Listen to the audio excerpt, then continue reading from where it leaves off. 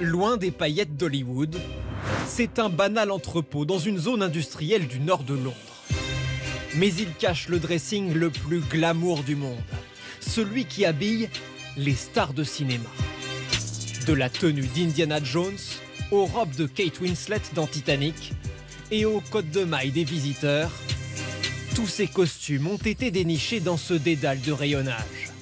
13 km de penderie, plus d'1 million de vêtements et d'accessoires. Pas par là. Est-ce que ça se range ici? Même les employés s'y perdent. Non. On passe notre temps à faire ça. Remonter les allées jusqu'à trouver le bon endroit. C'est un vrai labyrinthe.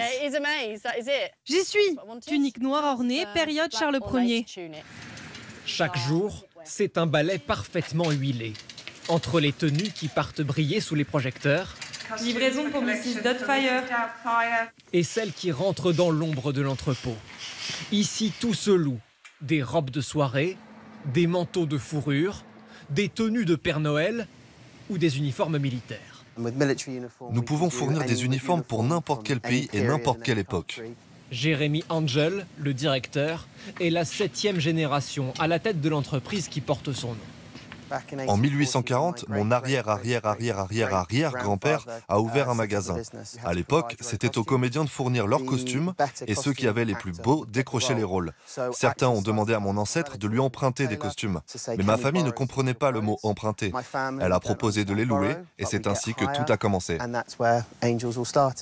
180 ans plus tard, l'entreprise est devenue une institution qui se visite comme un musée du cinéma. Vous allez peut-être apercevoir des visages connus qui font des essayages. Nous vous prions de les ignorer poliment et de ne pas en parler à l'extérieur.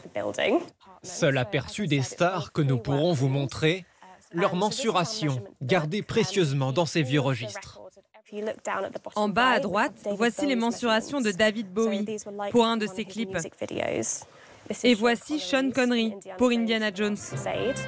La saga qui a élevé un simple chapeau traveler et une veste en cuir au rang d'icône. Et que dire de cette robe bleue, rendue mythique par cette scène de Titanic. Je vole! Jack! Elle a contribué à la notoriété du loueur, qui ne compte plus le nombre de films cultes auxquels il a prêté ses tenues.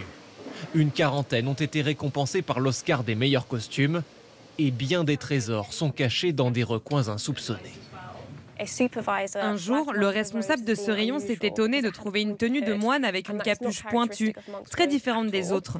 On s'est aperçu qu'elle avait été louée en 1977 à une petite production nommée Star Wars. C'était en fait la cape d'Obi-Wan Kenobi.